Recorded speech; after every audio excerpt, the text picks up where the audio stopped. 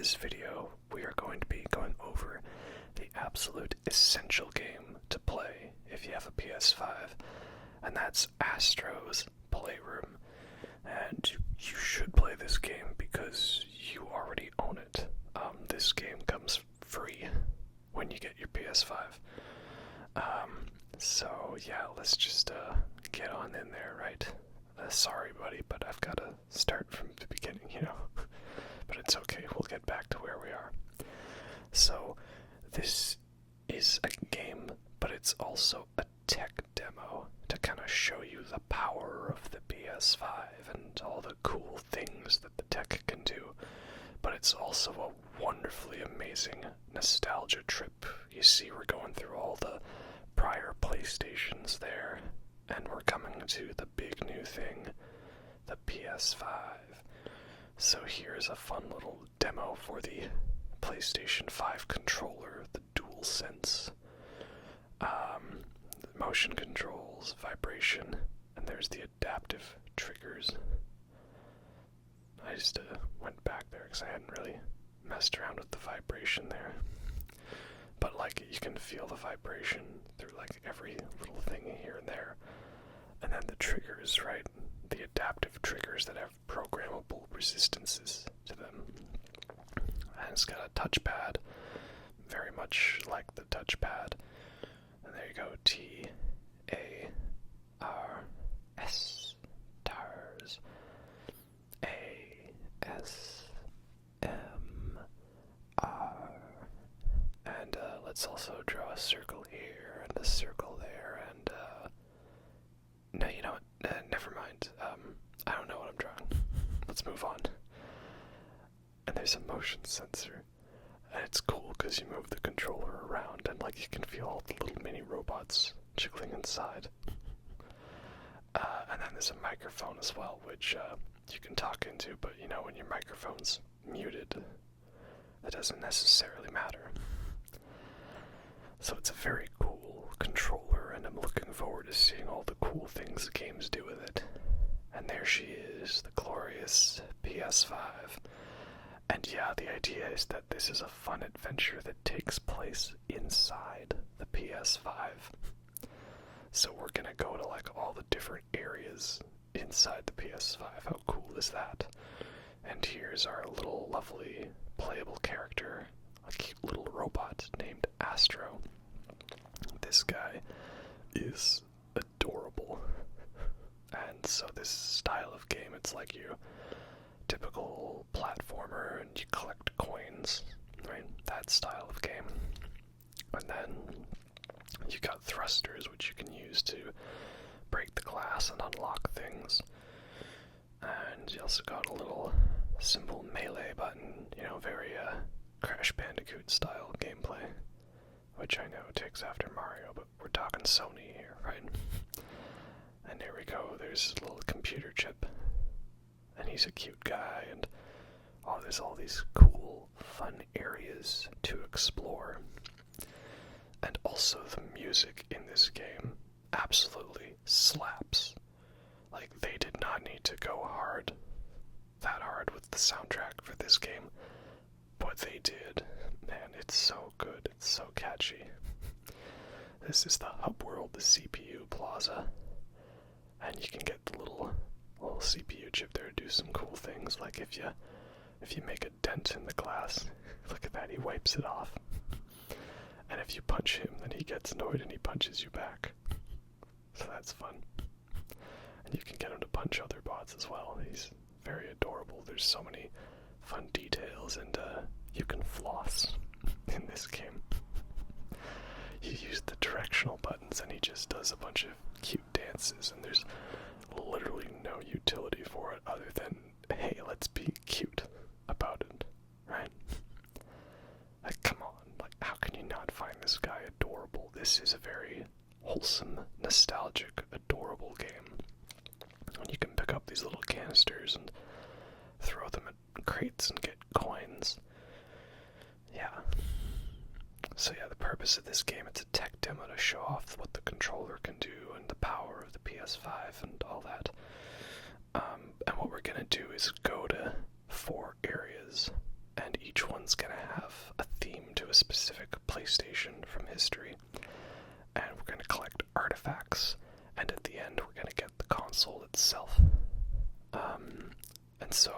if you jump up around in these areas, you can get, there's the puzzle pieces, and there's artifacts, all the collectible things.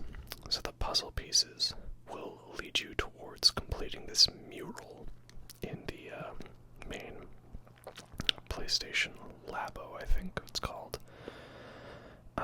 And then the artifacts, they're all like collectible things from past PlayStation history. So yeah, basically you need to be jumping up all the sides here. And oh dear, Shrek, I'm looking down. But it's okay, because I did a little Spider-Man hook onto the rope there. So that wasn't part of my plan, but oh well. Yeah, I'm going to show you that there's a couple hidden puzzle pieces in this area. The idea behind this video is I've got to show off this game because it's so fun and wholesome and adorable, and there's many great references. And then I've also got to show you where, you find all the hidden puzzle pieces, right? So the first area here is Memory Meadow.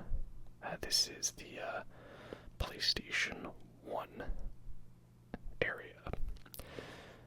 And so it's to do with like the memory card system. And you'll see along the way here, we're going to find these guys holding a camera. And they're looking at a character. And here, this character is referencing a game. In this case, it's that game Flower, which I think was from the developers of Journey. But I haven't played it yet. So, another puzzle piece there. And I think I missed a couple references along the way. I tried to get most of them. But again, this isn't like a full, complete guide. It's a fun way to talk about this game and go on a fun nostalgia trip and be like, "Aw, that's nice." So, the controller is really cool because, like, you can somehow, like, feel, like, the wind resistance, like, blowing over the controller, and, like, the sound from the controller, it seems to, like, change based on what textures you're running around. That's a reference to Ape Escape, which is a PS1 game, and I never played it, and I think it was, according to this guide that I'm looking at to make sure I label all the references, was the first PlayStation game that required you to have a controller that had the analog sticks, because there's the original PlayStation controller that didn't have the analog sticks. Over here is a game I remember playing the demo of on a demo disc, and it's a medieval. That was like a fun fantasy game where you play as a skeleton. Knight Sir Daniel Fortesque, I don't know. Yeah, I had a demo disc for the PlayStation 1, and I played so many of the games on it, like Medieval. Here's an artifact. You see it's a PlayStation controller, the original one, without the analog sticks. So there's a whole bunch of those hidden in and around the levels. Here we've got a reference to Death Stranding, of course, a game that is either love it or hate it. I loved it. I like how he's got the little Odra deck as well, and the little mini-bot as his BB. Yeah, I loved Death Stranding. I really would like to make a video on it, but I think I'm gonna wait until I play through the director's cut version, because I played through it on the PS4, but now there's the PS5. That letter's a reference to a game called Tearaway for the PS Vita, but I never played that game. I like how these clouds that you jump on here are either PlayStation controllers or the PlayStation 1. That's a pretty cool detail.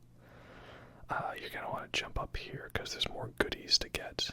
Over here is a reference to Ico, which of course is from Team Ico, the guys behind Shadow of the Colossus. And I really need to play that game because I have the remade version of it for PS3. There's a PlayStation mouse. You'll have a ball with this. I never used a PlayStation mouse. But yeah, Ico, I should play that, because, like, oh, I like this, you can, oh, did I just kill him? I don't think think so. They're bots anyways. This is all cyberspace. They'll live. Over here, this is VR golf, which I'm sure the great Robin Williams would have a thing or two to say about this. That's how drunk a Scotsman can get. They can invent a sport like golf and wear a dress and not even care. Over there, of course, that's a reference to The Last Guardian, which is another Team Ico game. That was one that a lot of people hated the AI for it. But I played it finally last year, and I actually really loved it. Not as much as Shadow of the Colossus, though. Over here, this is obviously a reference to Heavy Rain. Jason, Sean, Jason, Sean. That's another game I really like.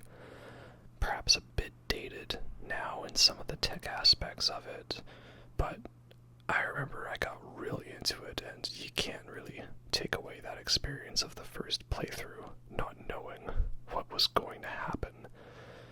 The thing with games that have, moral choice to them is that you play through them more, and it kind of ruins it because you realize you didn't have as much choice as you thought. But you can't take away from that first experience with Heavy Rain. And I'm just occasionally going to pause the menu here and check just to make sure I did actually get everything. And I haven't mentioned the rain yet. The rain, it's cool. You can feel the droplets on the controller and the sound coming out of it. It's really cool. So this is the next area, Fastlane Fields. And basically there's 4 locations, and then that is broken down into 4 sections.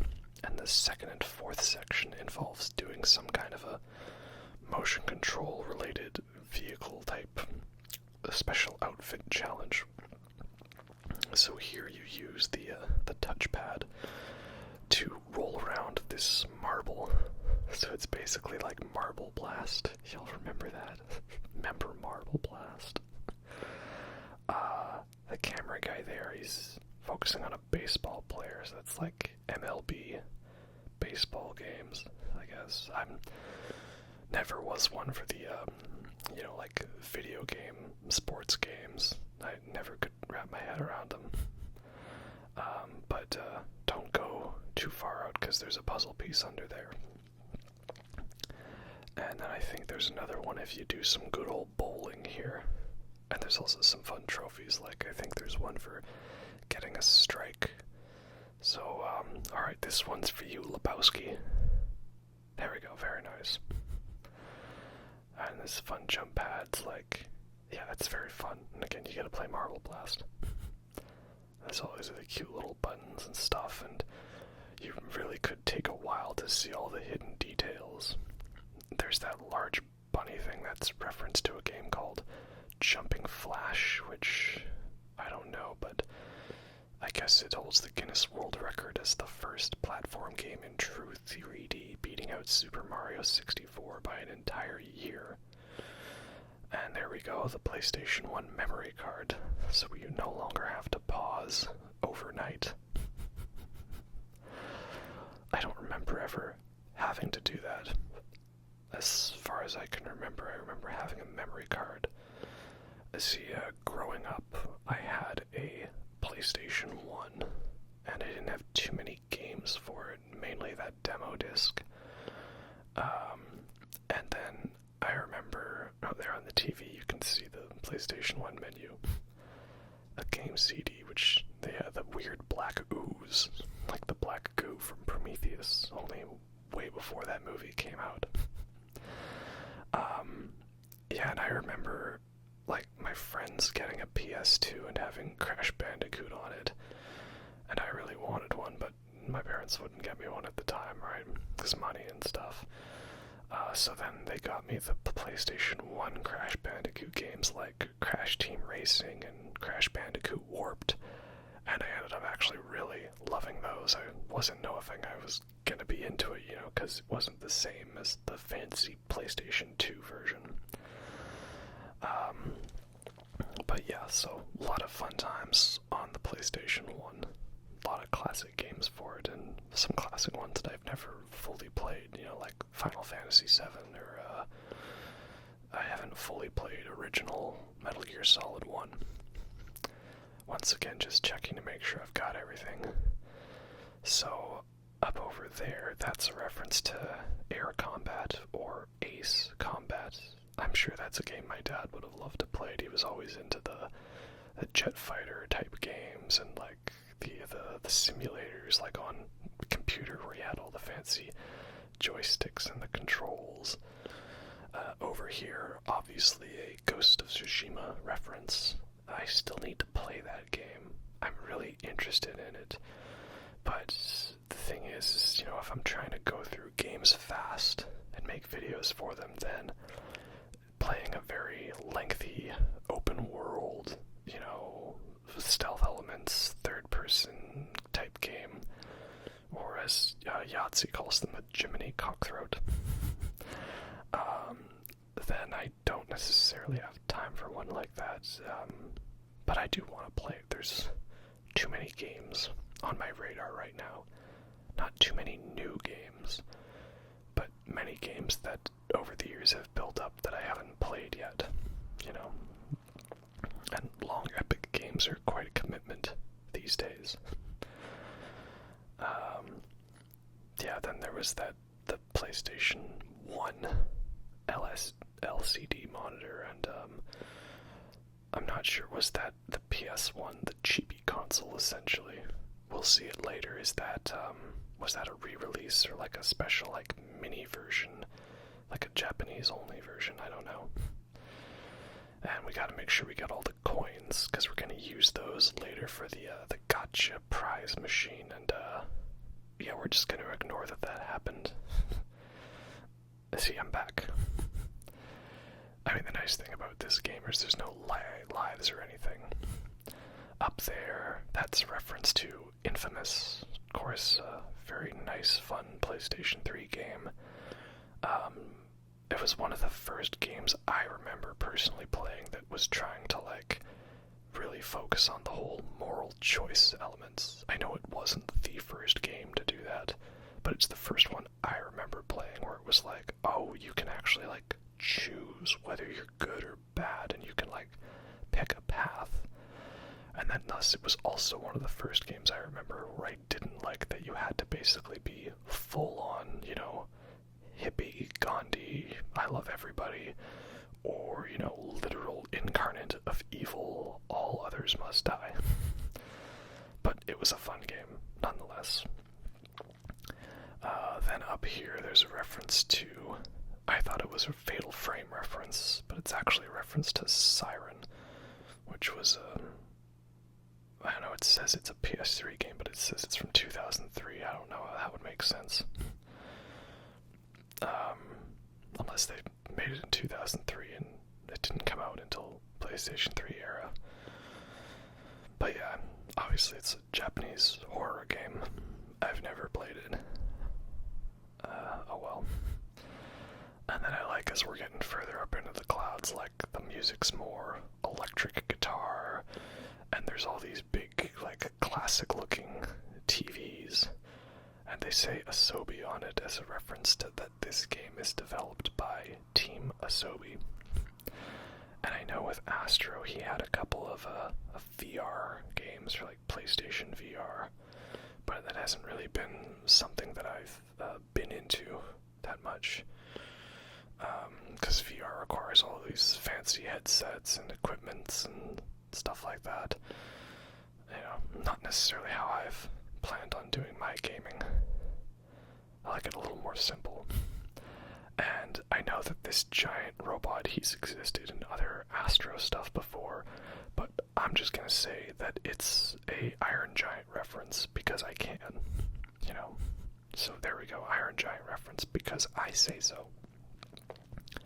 Looks like we're doing good so far on all the collectibles. And now, like I say, there's 4 areas to each level. This is the 4th one. And so now we're once again doing more of the fun motion control type mini game. And now it goes full on pinball with all these bumpers and stuff. And pretty sure there's a coin you need to get from, like, unlocking around stuff and bumping into all these things, right? I think if you knock over the bowling pins, it gives you a coin. Maybe. The time between me remembering what I did while playing the video and actually filming this audio is sometimes different. So then moving on, now we have ice. So it's a bit more slippery. So the one thing to remember in this part is you can press down on the touchpad and it causes you to stop. But you have to be careful because ice is slippery, right?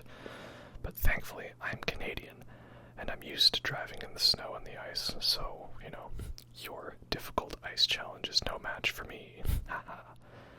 And there we go, the DualShock controller with the analog sticks. Those dirty apes can't escape now.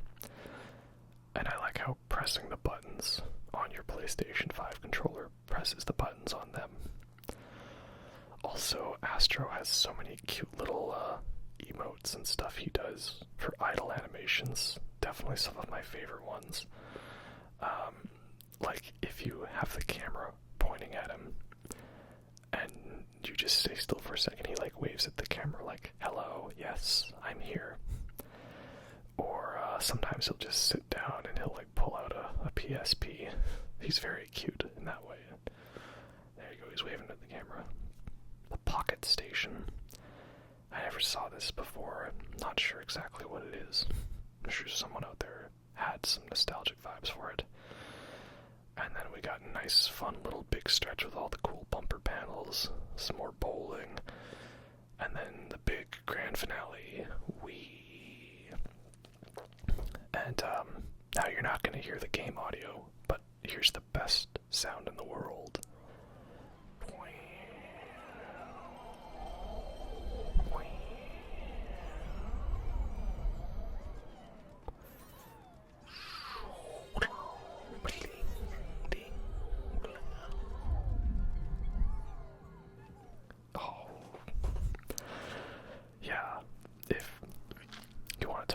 Nostalgic sounds and like ASMR from non-ASMR sounds, it's definitely the PlayStation 1 startup sound. Over there, these bots, they were playing Ridge Racer, classic racing game for PlayStation 1. And over here, there's these cat bots and they're dancing to a Toko Demo ECL. I guess it was a Pocket Station game. I wouldn't know. And then for the big grand finale of the level, we're gonna open this real big set of cables here. And there you have it. The PlayStation 1. Oh, what a classic. Three-dimensional Big Bang. And you can, like, open it up and zoom in and...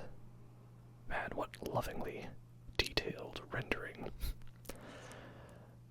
Yeah, PlayStation 1 was fun times, man, fun times.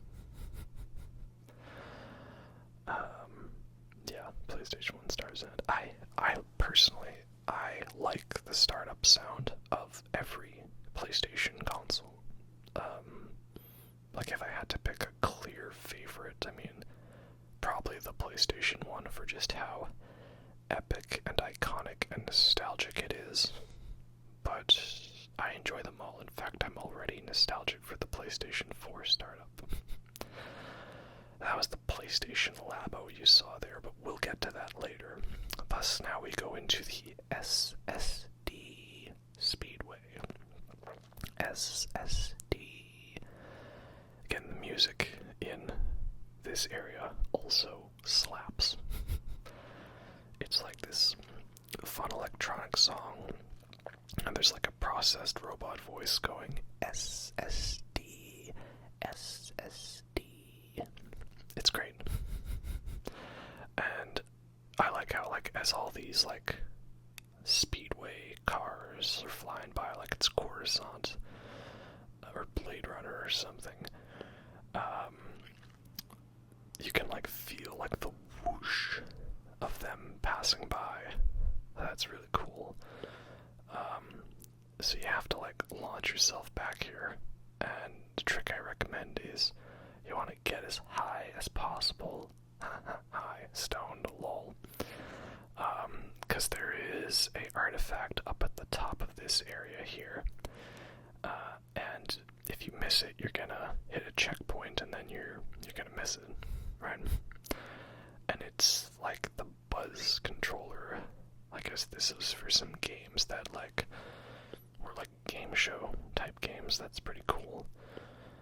Over here, that's a reference to Gravity Rush, which was like a PS Vita and then a PS4 game, and it was remastered by Bluepoint. That's cool. Don't really know much about it. Can't say I've played it personally. Sorry. We got another fun launching segment here, but now there's going to be more obstacles in the way. So we're just going to pretend like I totally didn't crash and burn right there and save myself through the power of editing. Over here, obviously a Final Fantasy VII reference. That's the big sword, right, by Cloud, is it? I haven't played, really, Final Fantasy. I remember playing a bit of Final Fantasy X, I think it was, as a kid. And then, like, I think my friend's parents, they made us turn it off because there was way too many revealing characters in that game. What's that on your face? It was pain. I guess that's a game for PlayStation 3. Down here, very fun reference, obviously, Silent Hill 2. And that's the good old Pyramid Head here, before he became a total sellout in all the other games. Don't get me wrong, I mean, so I haven't played Silent Hill 2, but I know the concept behind it. And, you know, I know the idea behind Pyramid Head. He's specifically related to James Sunderland's character. So it makes zero sense that Pyramid Head shows up in anything else Silent Hill related except for impressing the fanboys. Over here, obviously a Ratchet and Clank reference. I like that he's trying to carry all of the bolts. Ratchet and Clank was a fun game series. And then Killzone over here. I only ever played Killzone 2 and I never finished it because that big area where you're like, I think it was near the end of the game where you're fighting all these guys in like a big red temple. And there's like a boss guy at the end. I could never beat that part. I'd like to give it another try. And then we got the DualSense, DualShock, PS2 DualShock, comes in black, very nice. And over here, a reference to Resistance: Fall of Man, a very fun PS3 launch title. One of my favorite classic shooter games, and I think a very underrated one. It kind of got overshadowed by the popularity of Gears of War at the time, because that had a lot more of a multiplayer focus on it, and that one did have a chainsaw, understandably so. But I really loved Resistance 1 and 2. Never played the third one because they killed off Nathan Hale, and I wasn't really interested in where the story was going to go from there. I may give it a try. We'll see. So now we've got this collider, this sort of spaceship, and in the background, that's a reference to Vib Ribbon, which was a PlayStation 1 game, and it loaded entirely into the PS1's RAM, so you could play your own music CDs while playing the game. That's pretty cool. But yeah, so this little spaceship, you control it by controlling each thruster with the triggers, L2 and R2. And yeah, it's pretty fun. It can be a little difficult to maneuver sometimes. You can drift a little too far. The PS2 multi-tap. I remember having one of those, and we would play, it's a game that they're not really referencing here because it's not really a Sony exclusive, but it was the Medal of Honor games. And Medal of Honor Rising Sun had, first it had a split screen campaign, and then you could also do, I want to make sure I got all the explosions here. You could also do like 4-player multiplayer versus. And we also had a lot of fun with versus in Medal of Honor European Assault. That one I remember we would be total trolls and we'd only pick sniper rifles where you couldn't, have an on-screen reticule unless you did ADS. And so we would just try to run up and then barrel stuff people with sniper rifles.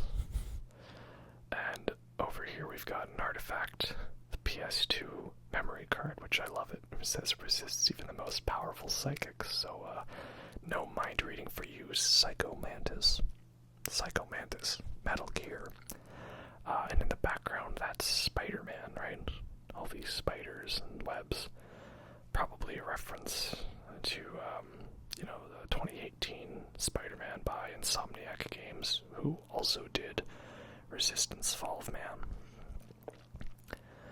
And it's going to start getting a little more challenging in the next area here, so that's the end of this spaceship segment, but make sure you land properly. There we go. And then if we jump down here, this is a reference to Detroit Become Human, the other big David Cage game from Quantic Dreams. I still haven't played it. I was really hyped for it when they came out with that Kara demo, that little tech demo back in like 2012, I think it was, or 2013 or something like that. But then the game didn't come out for a while.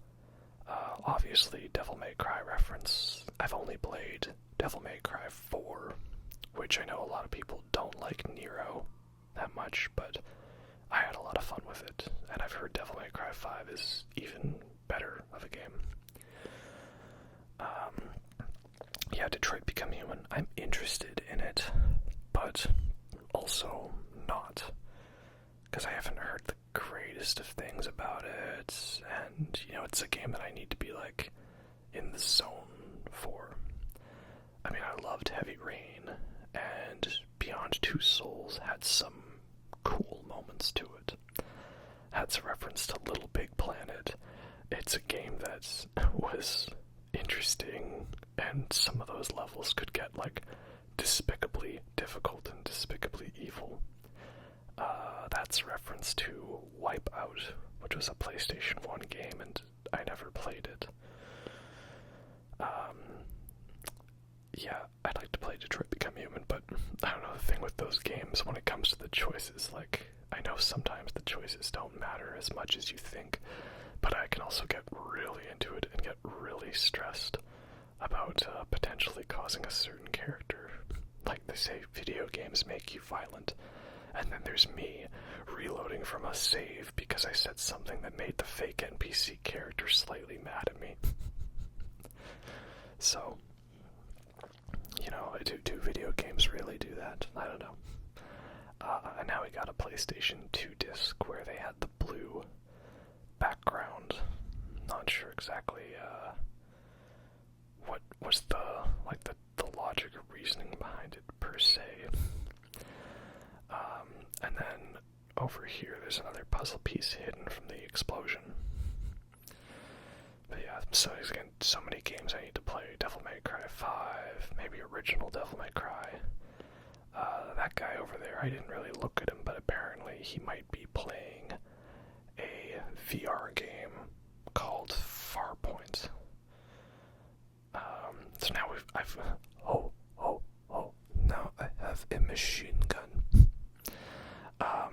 The machine gun feels really cool with the controller. You can feel the vibration through it and the resistance of the trigger.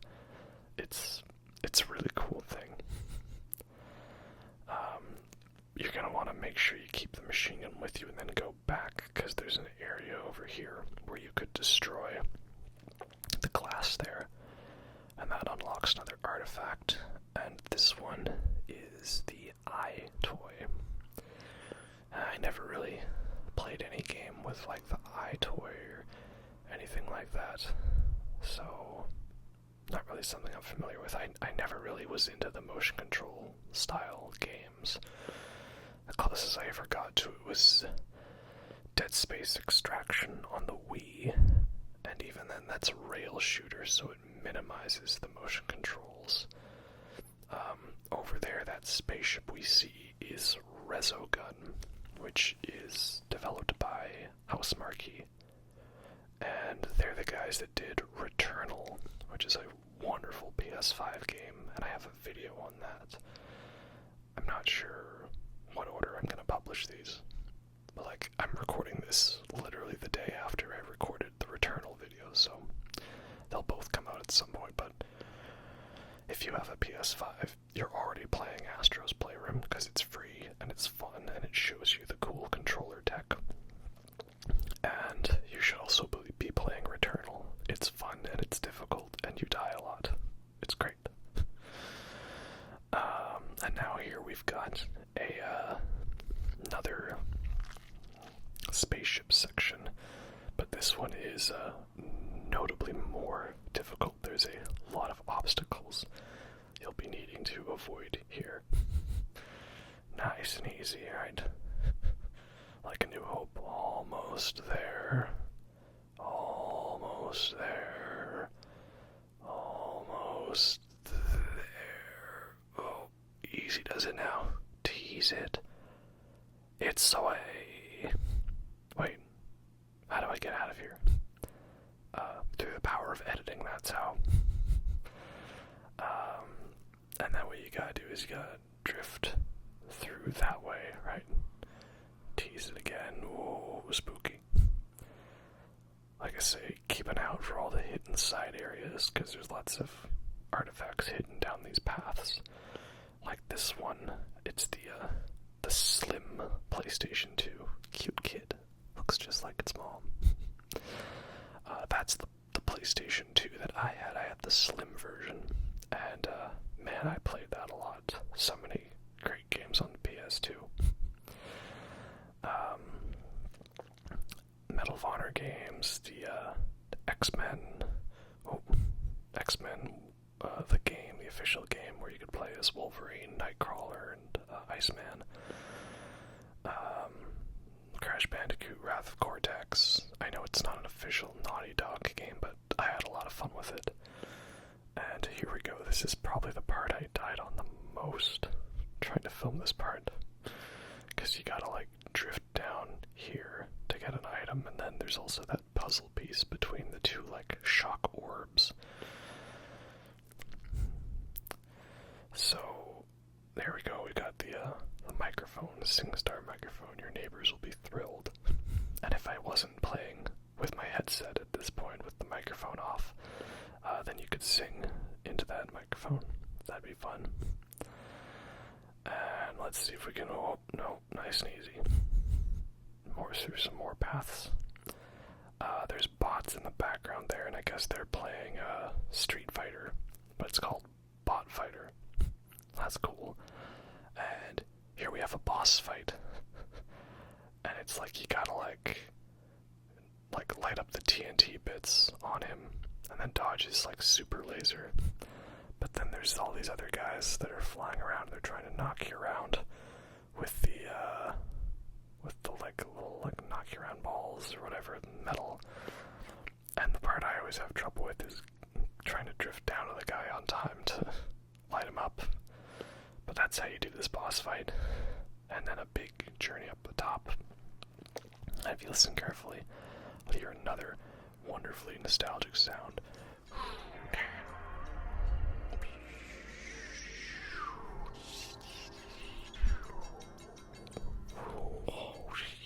I don't know. That's my best impersonation. Also, I didn't show it, but if you turned around behind you, there's a couple bots playing Bot of Wars and God of War on the TV. And there we go, the original PlayStation 2 2000, a Games Odyssey. Very nice, obviously, referencing Space Odyssey. Yeah, I had friends who had the original PlayStation 2, and then I didn't for a while, and I finally got one. It was the slim version, and I definitely played it until we broke it. You know, it's always the disc drives that wear out over time. There we go, more puzzle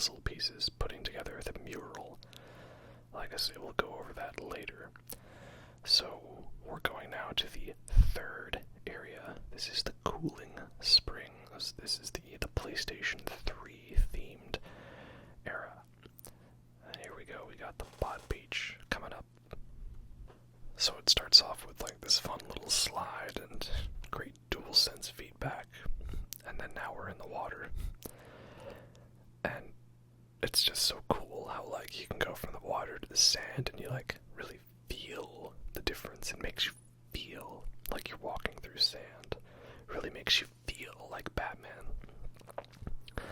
So over here we've got Kratos, and I like how if you hit him he gets all red-eyed and mad, goes into rage mode, and Kratos hanging out with Boy.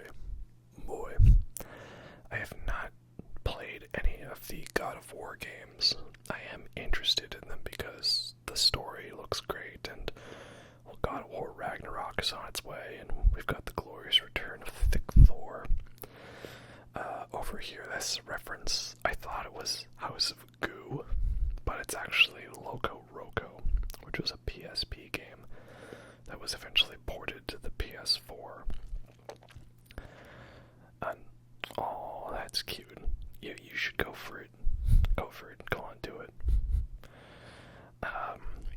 Yeah, God of War looks really interesting. I'm just not typically into like that third person hack and slash, like that style exactly, you know. I don't know how you describe it, but like that type of game, it's not normally my thing per se. But if there's an interesting enough story to it, then I could get into it, like as long as there's something about the game that way to draw me into it, then I can overlook things like that. So we'll see. Just showing you how to get some more puzzle pieces and artifacts along the way here. Fun thing, I didn't realize that the Canadian UK spelling of artifact is with an E instead of an I. Because originally I set my console to like the Canadian version. That's a reference to Concrete Genie, which I haven't played. Also, apparently there's a rubber duck here around in the area, and it's a reference to a rubber duck used to demonstrate the PS2 and the water physics, and then they used it as a PS3 demo as well. So that's what the rubber duck is. And then over here, it's a reference to a game called Fat Princess. You have to feed your princess cake to make her heavier so she's harder for your opponents to steal. And like, oh wow, she's thick. Wow, damn boy, she's thick. Yeah. So, oh yeah, so this is the frog suit, I guess. He does like frog jumps. And it's cute. I love all those little sound effects. He's like, meow, meow, meow, meow, meow. And like if you die or you get caught in the water, he's like, meow, meow. Oh no. And so like depending on how much you're holding down the triggers, changes like how much of a spring jump you're going to do. That's definitely a fun mechanic. Where was I when I was talking about stuff? God of War, games, I don't know. My problem is I give myself too many things to talk about. Oh well. So there's kind of your clue. Oh, don't fall in the water because all these guys are frozen and we can't get them out. Another puzzle piece there. And another puzzle piece coming up there. But you gotta make sure to jump on the things properly. And you have to go fall in this little box here. And I was like, do you spring forward? Yes, you do. You can see the artifact. Met with resistance, as in a Resistance Fall of Man reference. Oh yeah, the artifact spelling, yeah. This is the weird thing, being Canadian is like, half the time you want to use the American spelling of words, and then the other half of the time you don't. Like, is it like there's some words where they have like a Z instead of an S. Like, I like the American American spelling better. But then color, that word is spelled with a U. That's how it is. Color has a U in it, and so does favorite. And no one can tell me otherwise.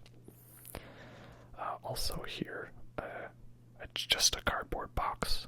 Or no, it's Solid Snake. And I love how, like, when you hit the box, it does like the Metal Gear Solid sound effect, like the bleep. It's just the sound of anxiety. And I like how also on the side of the box it says Solid State. You know, Solid Snake, Solid State. Metal Gear Solid, obviously a great video game series. And, you know, I definitely need to play through all the games, because I played 3 and 4. Those are both great. Never played 2, only played a bit of 1. And I haven't played 5 yet. Also, look, I'm not condoning animal cruelty, but in this game, punching a penguin gets you coins, apparently, okay? This is just how it is. Yeah, Metal Gear Solid. I really like to play those. I have, like, all of them for PS3, and I have a capture card, so I could give that a try. I just know, again, they're also lengthy games, but they do have boss fights, so maybe if it's just something I really sit down and commit myself to, we could do ourselves some fun Metal Gear Solid videos. Over here, this is a reference to Until Dawn. Like, there's the butterfly for the butterfly effect, and there's Ashley with her little toque, and Chris with the glasses. I never played Until Dawn, but I watched a lot of Let's Plays of it, because it was really fun watching everyone's reaction to that game. And, like, I loved seeing when Rooster Teeth played it, like, Jeff takes over, and he just totally screws everything up. That was hilarious. And then I don't know, isn't the developers of Until Dawn, aren't they the guys doing like that dark anthology series? They're trying to make it like multiplayer party games, but I don't know, it looks like it got kind of odd, shall we say. Also, I like how that PlayStation 3 disc was a reference to Uncharted 2, and you can roll around snowballs in this game. That's fun. And don't get too into your skiing and skating around in here, because there's more puzzle pieces to uncover. Things are picking up a little bit, aren't they now? The nice thing is that, you know, you have yourself a menu that can tell you which pieces you've missed. Most of them are pretty straightforward. And I guess the unfortunate thing is the checkpoints are frequent, so you could easily knock yourself out of being able to get certain items. But I also don't think the platforming is too crazy difficult. It's only when you get to the end that there's what I think is, for some people, going to be quite a significant challenge. But oh, can I make it? Yeah, we're fine. Over here, obviously, a Resident Evil reference. There's like the mad scientist with the T-virus. Don't lose it. There's a zombie, and then there's people that look like, it's meant to be like Claire, Leon, or Chris, but they got like the vest and the police hat. I think that's meant to be Chris and Jill, and then that's meant to be a reference to the PSVR Worlds. Again, I don't really know much about the PlayStation VR type games. Hasn't been a thing I'm into. So now we got ourselves more frog suit action. And of course, the rule of platformers is don't go to the right, go to the left at the start, because that gets you goodies. And there's some pretty dolphins in the background. That's nice. This here is definitely my vote for most replayed part, because you gotta do a couple of specific jumps, and then you gotta land on this one bit here, and then land on that other bit there. Definitely something that took me a lot of tries to pull off for this video, so oh well. I'd say it was worth it for the content, right? don't you? Now we're getting into even more of a fun party place. Now this area doesn't have a boss fight. Nothing as intense as the boss fights in the second and fourth areas, and I was like, oh, you gotta go fast enough to break the icicles. And we got ourselves a goodie down here, and it is the UMD PSP case, Universal Media Disc. I had a friend who had a PSP, and they had like a Tom Clancy game for it. And I remember it was an interesting concept, but I never really got into the PSP. There it is. Loves to be held. Oh, that's cute. Then there was also the PlayStation Vita. I never really knew anything about that. I know there's lots of nostalgia for the PS Vita fans who were really into it, but I personally never really knew anything about it. There was also a game I missed referencing, and it's a game called Puppeteer, and I guess that was a PS3 game with a character with a magic pair of scissors. And here we go, more proof that I love all the PlayStation openings, because we've got the nostalgic strings of the PS3 here. And this is a reference to Sly Cooper, and he was a PS2 video game series. I never really played that. And you got little slides here, and the water fountains on the side are PS3 Slims. This the controller, is the pool toys. And over here we got a reference to Parappa the Rappa and Jammer Lammy. I guess it's the first rhythm game ever created. And here we have it. The OG PS3 Wii. Yeah, I remember I did have the original PS3 for quite a while, the one with the Spider-Man font, but that eventually died on me. So then we got a new PS3, which was like the second model, and the one where it's not backwards compatible with PlayStation 1 and PlayStation 2, unfortunately. I mean, I really wish developers were like a little more, game companies, into the whole backwards compatibility. I guess they don't want you to buy old games. They want you to buy new versions of old games, like remastered ones, or just buy new games in general, right? I wish there was more of an effort to preserve them, but I guess that's what emulation's for. I mean, no, I wouldn't dream of doing such a thing. So here we have the GPU jungle, and out of all the songs in this game, this area has the song that slaps the most. I'm Your GPU song, and you can see there up in the corner he's singing the song, the GPU, with this like robot voice. So here we got a reference to Horizon Zero Dawn. That is Aloy, of course, who I of course can get down with because she's a ginger and we love gingers, and she's a badass archer. Just Aloy's great. I still need to play Horizon Zero Dawn. This here is a reference to Dreams, I believe, which was a game creation system, and that's the one that they used to make Shenmue 3, I believe.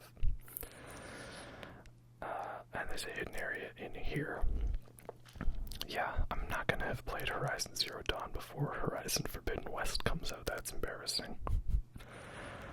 And here we have the PlayStation Move controller, the thing that they wanted you to use to play the PS3 version of Dead Space Extraction, which I totally did not. And that is the lyrics for the GPU song. And over here we have a reference to Castlevania Symphony of the Night. I love how he brushes his hair first. I guess that's meant to be, who's the main guy? Is it Dracula, or is Alucard the main guy in Castlevania? I don't know. Maybe it's Dracula. I haven't played it. And obviously here, Crash Bandicoot. I love how there's wears an Aku Aku mask and he's doing the little dance, the little Crash Bandicoot jig. Definitely my most nostalgic PlayStation game. And I thought this was a Dark Souls reference because they're all around a bonfire, but it's actually a Monster Hunter reference, which I have not played, but over here, that is a FromSoft game. And that's Bloodborne, which I freaking love, because it's Bloodborne. And I love challenges, and I love games that are secretly horror games, and all that fun stuff. You know, Bloodborne's just fantastically wonderful. Still waiting on Bloodborne 2. No, I mean, I don't know if they'd ever do that. Bloodborne 2. They just seem to be kind of doing what they want now that they've wrapped up the Dark Souls trilogy. And, you know, still got Elden Ring to look forward to. Can't wait for that. Gonna be very interesting. Can't wait to find out how I die in horrible ways. And I like how the little pads are the PS3 triggers. Over here we got a reference to The Last of Us.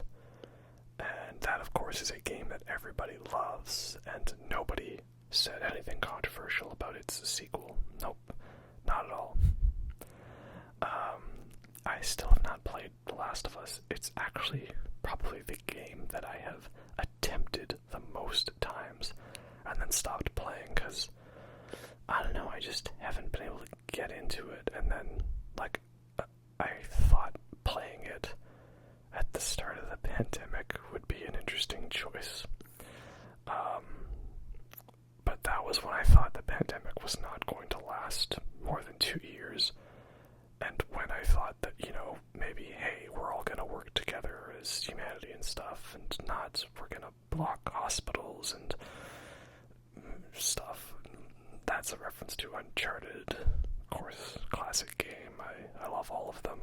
My favorite's probably the second one. Still have to play Lost Legacy, though. Oh, crap.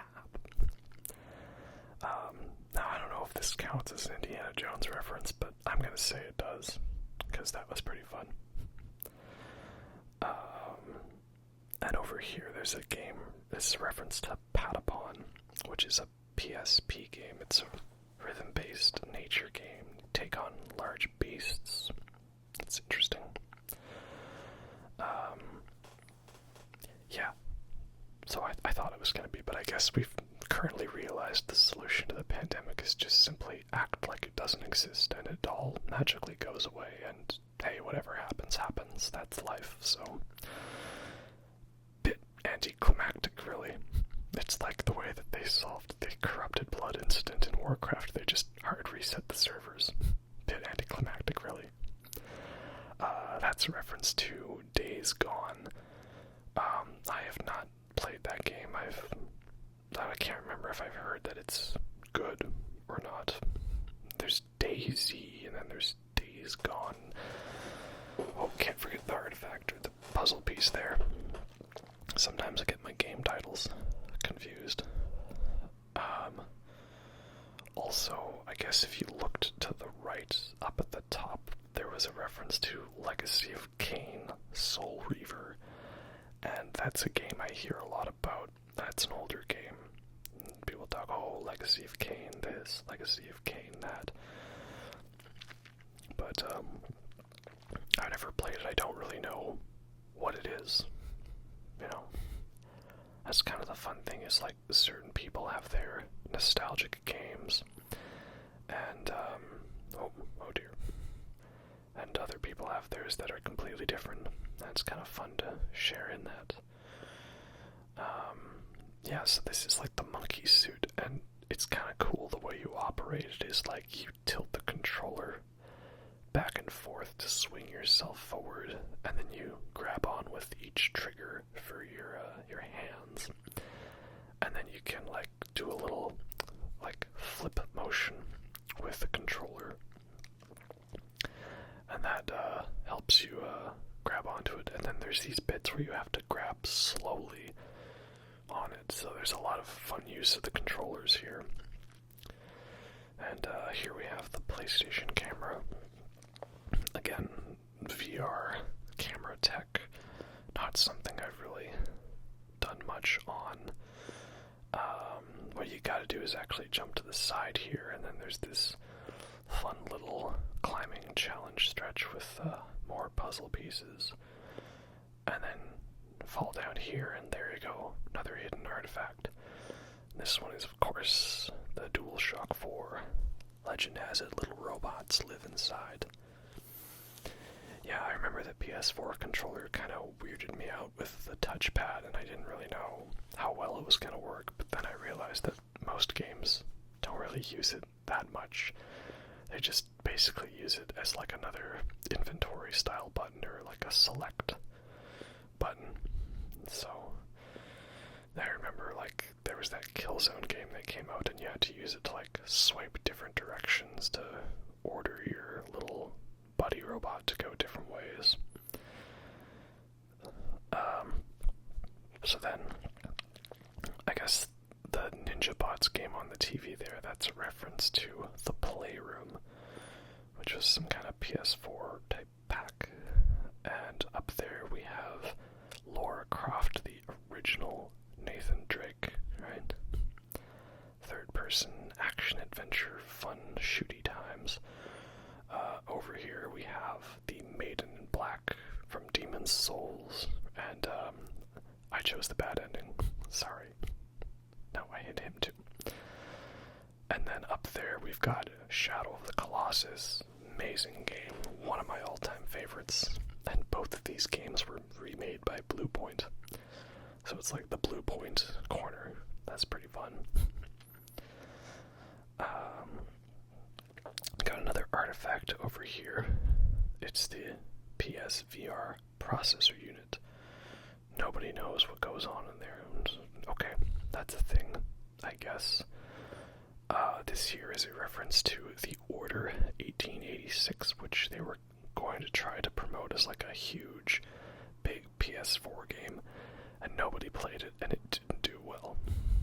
And then Bloodborne came out, and that ended up being a better Victorian-era werewolves vampire game than the actual vampire game. Over here we have Jak and Daxter. It's probably a reference to the first game, the Precursor Legacy, which was much different in style than the two sequels. I actually really love Jak 3. I don't know, I remember like going back to look at it, and everyone hated on it, but I never got the hate. Maybe if I replayed it. So there's the PS Vita, and yeah, again, I've not really known much about it. I never had anyone who owned one, never had one myself. It's a thing that I know exists. That's all I can say about it, but I know there's a lot of people who are very nostalgic for it. It's probably people younger than me who, you know, that was their like portable console they grew up with. Me, I had like the Game Boy and the Game Boy Advanced, and I played like Bionicle and Yu-Gi-Oh games on it. So now we got the bow, so I'm Hawkeye or Legolas or Aloy or who's the one with the bow and arrow from Lion, the Witch, and the Wardrobe? Susan. I forget. Sorry. Yeah, I'm the archer now. Look at me. Look at me. I'm the archer now. And I hope you're good with this bow and arrow, because, yeah, now we got ourselves a good old-fashioned boss fight. And I love how this boss fight, like, comes out of nowhere, and it's actually, like, quite difficult. Because he fires, like, the steel balls at you, and you gotta dodge in the specific parts, because he only gives you, like, one bit to dodge it. And you gotta jump over some, but then others you jump over, and others you walk under, and then he starts moving around more, and I like how the soundtrack starts really picking up. Like, there's that whole shepherd's tone, like the like that rising tone. And here we go, did it. So yeah, who would have thought that this fun little tech demo of a game actually had very fun boss fights. And of course, always keep an eye out for fun goodies like puzzle pieces. Over here is a reference to Tekken. classic fighting game. I've never really been one for fighting games like that, and Dragon Ball Z, and Soul Calibur, and even other type of games like Smash Bros, Super Smash Bros. It's never really been my style. I know there's people who are always like, oh man, having Smash Brothers tournaments, and oh, fighting in like Soul Calibur, and oh, all that stuff, and I'm like, it's never really been my thing, and so then I'm never good at it, so then when other people want to play those type of games, I'm just like, I don't know what I'm doing. I'm smashing random buttons, help.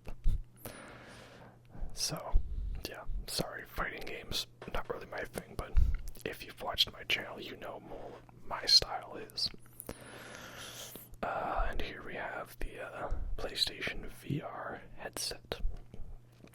I've used the VR once to play the Astro game on it, and it was kind of cool, and I've played a few games on the Oculus Rift.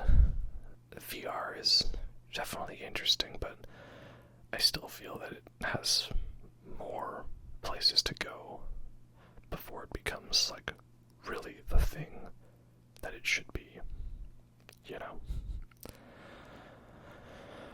And, I like how this bit's heating up a bit with some of the challenges here. Some of these bits get very intense and they're very fun. And I like how it's just like you're slowly learning the mechanics and slowly figuring out how to get good scrub. So what you gotta do is, like, you should go up there, but you realize, no, you gotta yeet yourself up this way and then fall down. And the other trick is you have to fall down all the way, because hitting that gold one triggers the other puzzle piece. And then this will get us to another artifact. And this one is the VR aim controller. I guess for playing VR games, first-person shooters. And then thus we're back where we are. But yeah, I'm hoping the VR tech gets really interesting. I know there's that Facebook-developed one, which is, I guess, interesting because it's wireless. And yeah, there's a lot of cables involved in the Oculus Rift, and I feel like that's a little difficult of a thing. Oops. I got overzealous. I feel it's, like, difficult of a thing to, like, do yourself without having a friend help you. I don't know why I let go there. I guess I thought I had missed something. Oh well. And here we are at the top, and this is my point, that you get up here and then all of a sudden you hear the PS4 music, like the spa-style intro.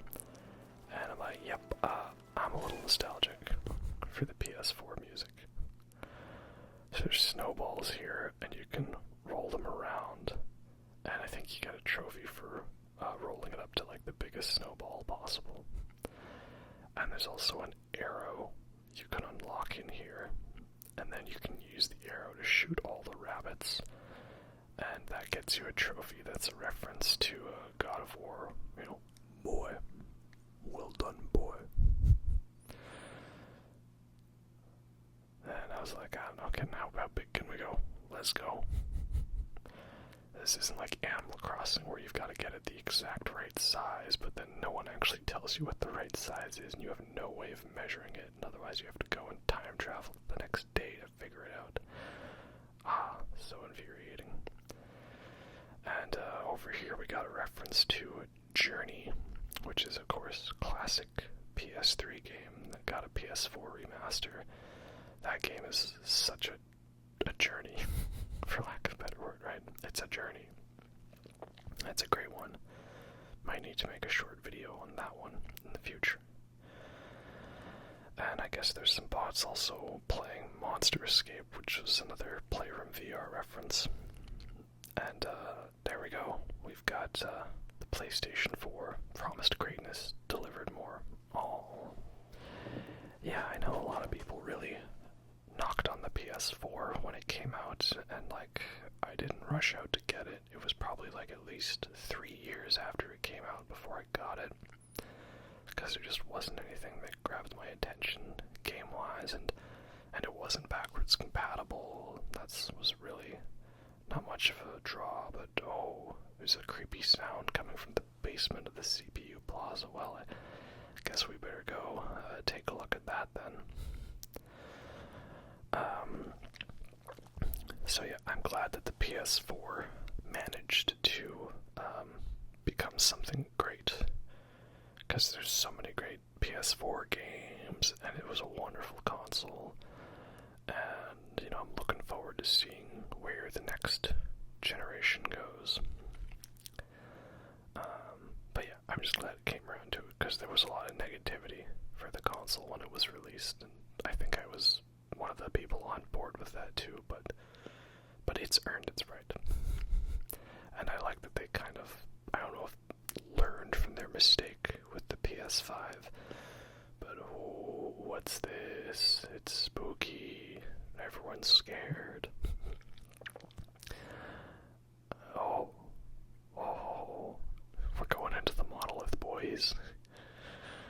Here we go, we're traveling back in time, all the way to the ancient time of 1994. 1994 throwback, oh my. Yeah, like with the backwards compatibility with the PS5, that if you have the disc version, it plays PS4 discs, and that your PS4 library is available for everything on PS5. I really like that. Like Alien Isolation, I played that on PS5, that was fun. So here we have a demo disc. Oh, this is such a nostalgia trip. Demo 1, like I remember that screen. And I know that it's not meant to be, but in my mind it's similar enough that I'm going to count this as a reference to Intelligent Cube, which is a PlayStation 1 game that they don't directly reference in this game. But I remember it. That was a game I watched my dad play a lot, and it was like you were in a similar kind of black void, and it was like you were on a platform of cubes, and there were all these other cubes rotating towards you, and it was a puzzle game you had to use to destroy the cubes and get to the end of the area. And as you can see there, I've got extra lives now. And what's this coming at us? Well, the screen goes down to 4:3 ratio, and it's the old school T-Rex from the tech demo, and it was a way to show off the processing power of the PlayStation 1. And again, music here is top notch, and he's shooting PlayStation 1 discs at you. And yeah, watch out, he's got a follow-up attack. And then he does some extra hits like that. And you go for the big glowy eye. Video game weak point, right? Man, what a fun boss fight. It's actually, again, kind of difficult. Like, you get extra lives, which is nice. It's good that the game recognizes you might take a hit or two there. Yeah, so it's so fun, like them taking that old school T-Rex demo and then actually making a game out of it. Because the whole thing was you just like could move the T-Rex around and move the camera, but everyone was like, where was the actual game? And there we go, we did it. A fun little dance. We're so cool. But nope. He's gonna shock us now into widescreen mode. This is the 4K T-Rex. And now the music's even more intense, and there's electric guitar and everything, and now we're in 4K mode, oh my. Yeah, wonderful, isn't it? And now he's got laser beams. And he's shooting out even more rockets, and this is where I yell at him, stop! Stop shooting a freaking rocket at me! And he's got an even larger bite that takes up half the arena. Yeah, this fight is absolutely fun. And look how many enemies he shoots out now. This is where you don't forget you can hold square and do your Crash Bandicoot spin attack. And now he's firing out, looks more like PlayStation 2 or PlayStation 3 discs. And, oh, he got me there. But it's okay, I have extra lives. And even more enemies for us to deal with. And now he's going even more crazy with the laser. But he's unlocked a PlayStation trophy, and we can throw that at him. And now we can get in there and damage the eye with a big smash attack. Yeah, take that, sucker. Oh, he's mad. All of this now, he just goes into absolute overdrive with that laser. Stop shooting a freaking laser. Alright, that's my platinum trophy from Bloodborne, take that. And okay, we're almost there. How do we gotta beat him? You grab the tongue. Alright, this one's for you, Astro. Here we go. Yeah. We did it. But it's okay, we're okay. And now we get some fun fireworks and that awesome fun little pose. Oh, that's cute. And that's the majority of the main game. Now there's a fun little interactive credits sequence. Basically, if you punch the gold letters, you get more coins. And again, the point of the coins, I'll show you after this credits sequence. It's for the gotcha prizes, which I'll show you all of that. Basically, there's more puzzle pieces that are hidden in the lottery machine. And then there's also artifacts hidden in there, like you notice we haven't seen either of the slim PS3 models yet. Those are in the gotcha prize machine. But yeah, that's the majority of Astro's Playroom. Like I say, you guys should definitely check it out if you have a PS5. Ow, that hurt. I missed my coins now. Oh wow. Yeah, it's such a fun game. Like, it looks gorgeous, it plays very well, and yeah, it's just a simple, fun throwback platformer that really, like, if you're ranking games and rating them based on, like, how well they do what they set out to do, then, like, realistically, this game's like a 10 out of 10.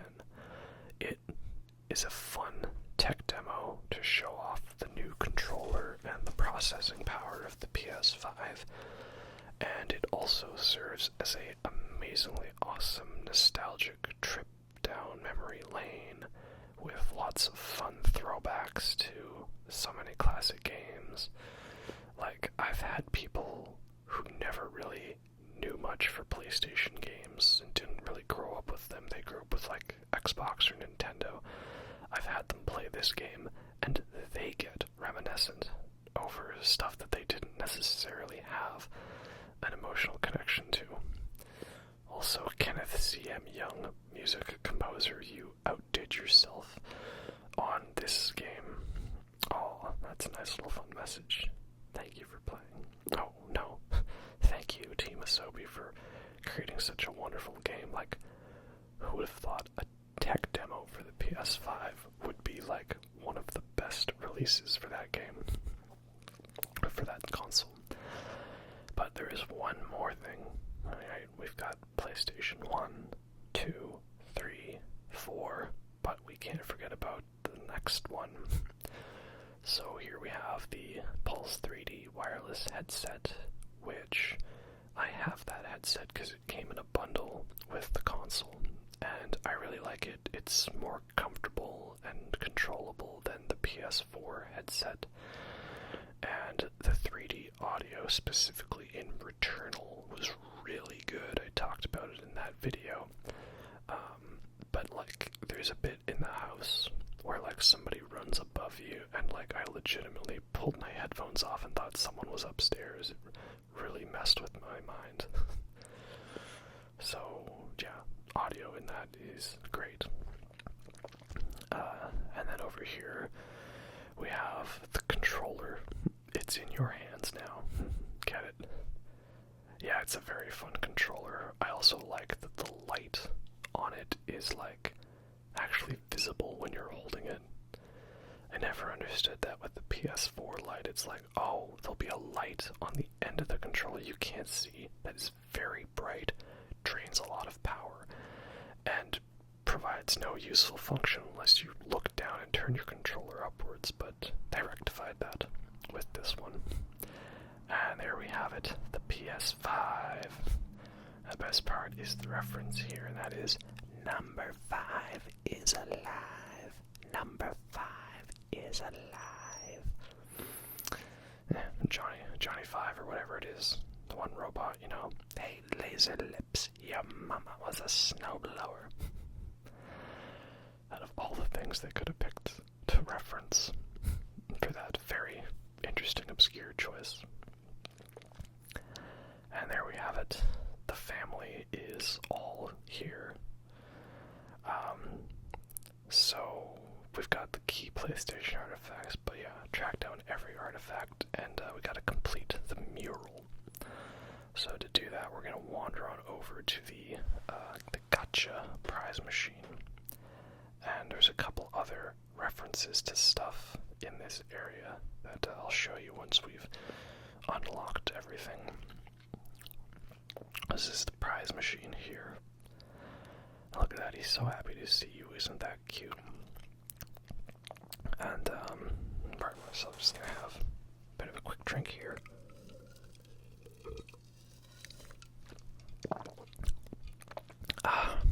Talking and ranting for this long about one video game really does a number on your vocal cords, right? So, here we have the gotcha prize machine, and like, you can, you squeeze down on the trigger to like pull the slot machine, and you squeeze down on the ball that you've got there to open it up and get the reward. So we just got the PlayStation 4 Pro there. I never really got the PlayStation 4 Pro, and I don't know, like, looking at all the tech specs to it, I'm like, that doesn't seem like it's enough of an upgrade to justify getting that over your normal PS4 if you already had one. That's a cute little PS2 reference there. Like, I guess if you didn't have a PlayStation 4, you would buy the Pro over the regular one. Oh, the network adapter for the PS2. Yeah, I never really did online multiplayer in the PS2 days, so I did not have one of those. But yeah, I never got the PS4 Pro. Oh well. There we have, this is, I guess, the camera for the PSP. Portable cameras, they'll never catch on. Fun reference there. And here we go, the PS3 Slim. Surely it can't get any smaller than this. So that's the PS3 I have. And then I always love it always happens that your next prize is this. The PS3 Super Slim. Okay, maybe it can. I had a friend who had that, and I guess it was nice, but it has such small storage, you can barely fit any games on it, right? Oh well. Nice little PS3 reference there. A lot of these, they're fun little display things that are going to show up around the walls of the PlayStation Labo. Here we have, I guess that's a GPS for your PSP. Helps you find your way around any dark dungeon. Again, I don't know the PSP that well. Was that some kind of thing you had where you could, like, just plug it in? Oh yeah, there's soda cans, and those are just basically like a, you lose, you get nothing. Good day, sir. Oh well. This is why I like to save it for the end after you've gone through all the areas and gotten as many coins as possible, because then you can just go through and get all the prizes in one go. He's operating on a little big planet that reminds me of that teddy bear operation, you know. Oh, Teddy loved a bad man. We'll fix him with his heart. Y'all remember that? That's a disturbing video. I haven't watched that in forever. Why do I still remember that? Wait, that's like half of the things you know is just remembering weird stuff. Oh yeah, that's right. Next, that's the, I guess the Slim PS4. And I remember that came out, but it was after I had gotten a PS4 pretty late in the generation, and I'm not sure off the top of my head how that PlayStation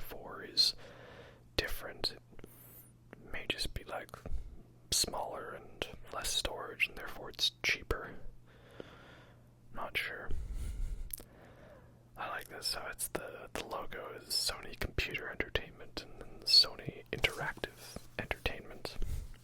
Oh, another soda can. What is it, like a fruit punch sort of thing? I don't know. And here we have the PS1. Aw, chibi console.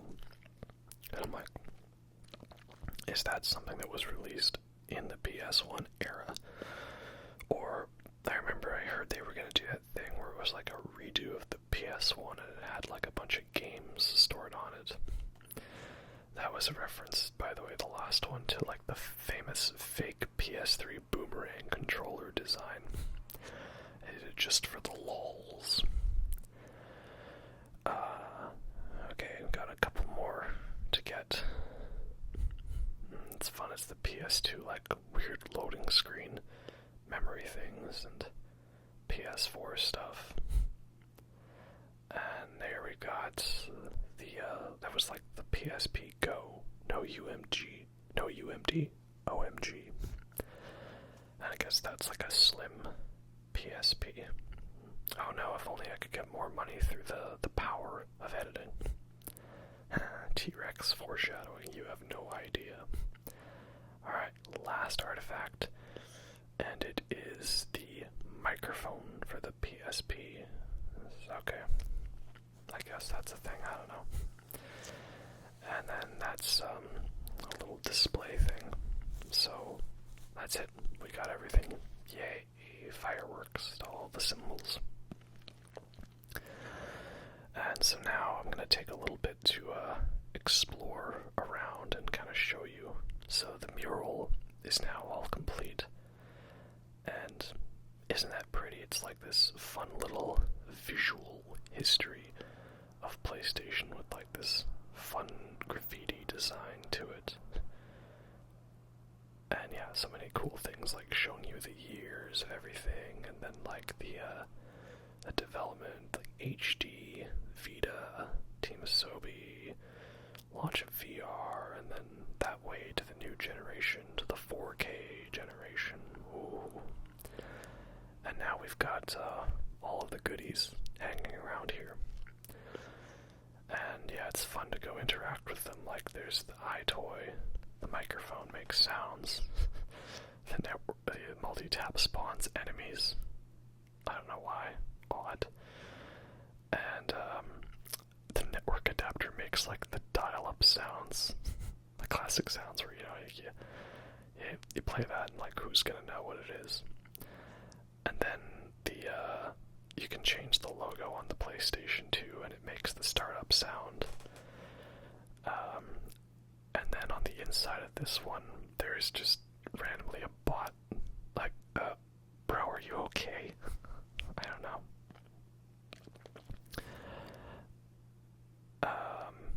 Yeah, and then there's a whole bunch of other references with like these things on the sides, like references to Ridge Racer, SingStar, Beat Saber, Dance Dance Revolution, the Manta Ray demo from the demo disc. The PlayStation 5 startup, it's kind of funny. I like the sound, but it starts up so fast that usually it's already played the sound by the time my TV turns on.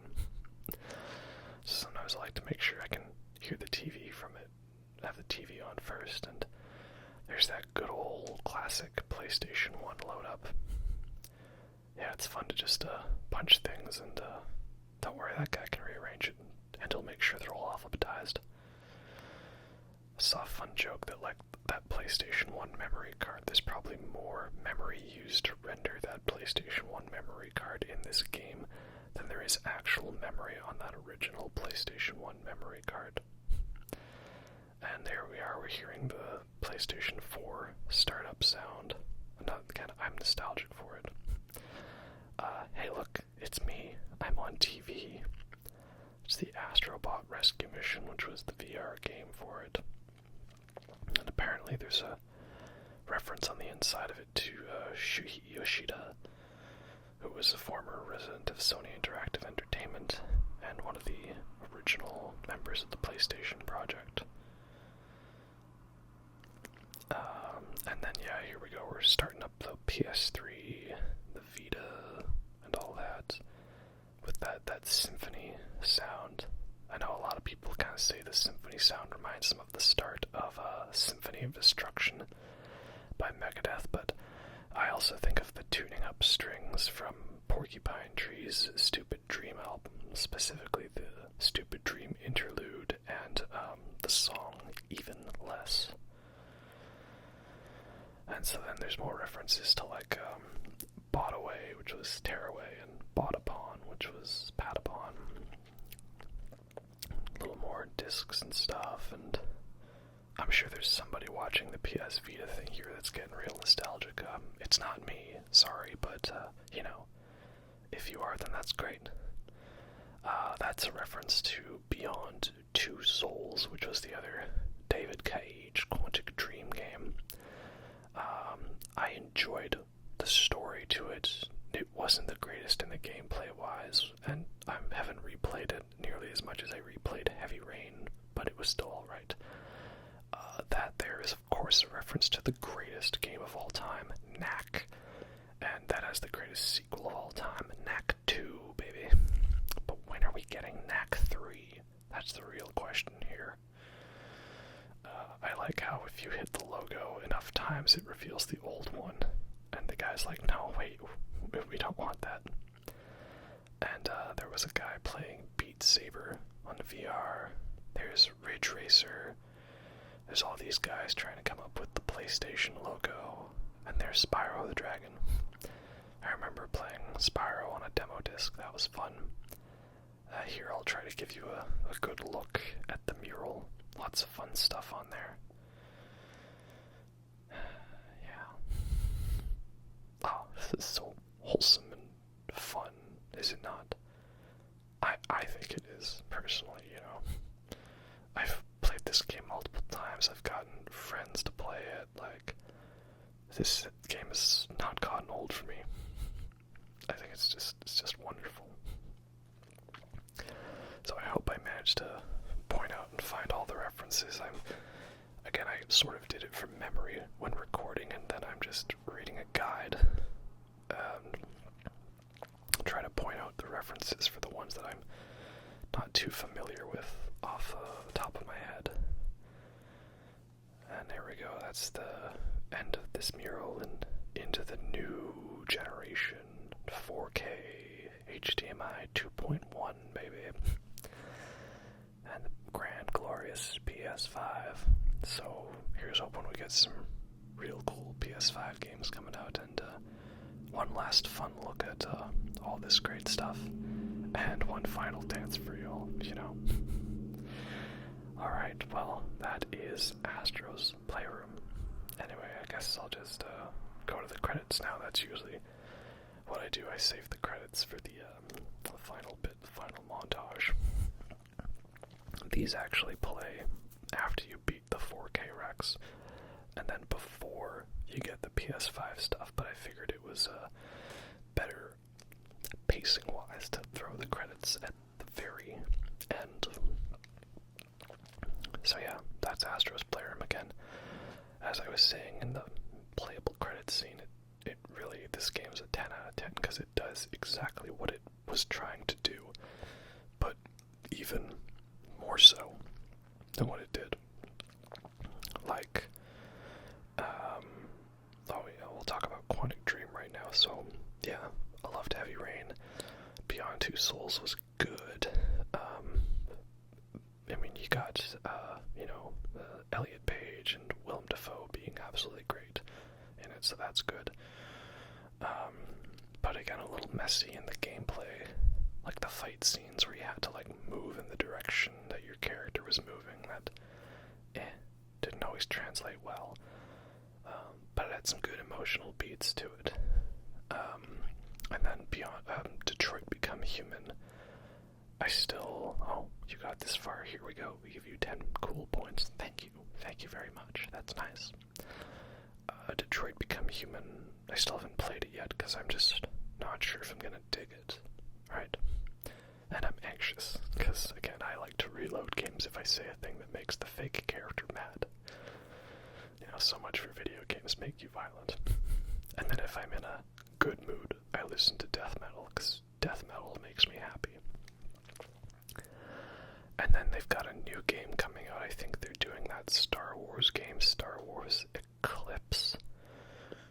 Man, that looks cool. Like, I know it's just a CG trailer, and like, that only tells you so much, right? A lot of games can have great CG trailers and be absolute not good. Like, look at Dead Island, right? That game's got one of like the most iconic video game trailers, and the actual game is definitely a zombie game, that's for sure. You know, so we'll see, but I like the tone, right? The trailer's gotta set the tone, and the tone that's established is good, so hopefully it goes in a similar direction from there. And I still haven't played Star Wars Jedi Fallen Order, which is apparently just like Dark Souls, because you go to open a door and it says, does not open from this side. So, you know, yep, it's literally Dark Souls. But yeah, so again, this game's fun, like, so many, like, fun references and, you know, nostalgia trip, and that's cool. It's fun to, like, play a game that is showing off the future and the tech that's available, but also, you know, having a fun throwback to everything we've been through in the past.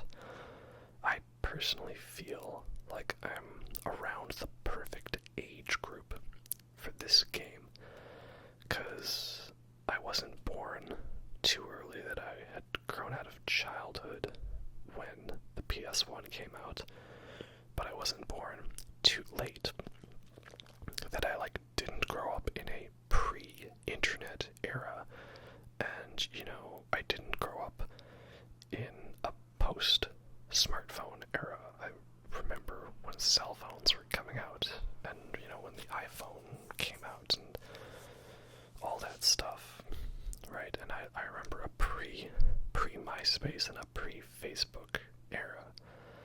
Like, I'm a 90s kid, I'm not a 2000s kid. Oh, still with us. You're great. Have 100 cool points. Oh, you guys are too kind, Team Asobi. Y'all made yourselves, like, literally the best tech demo that's also a great game and a fun nostalgia trip. And you're giving me cool points. Oh, who am I? Who am I to take those cool points? You're too wonderful. Thank you.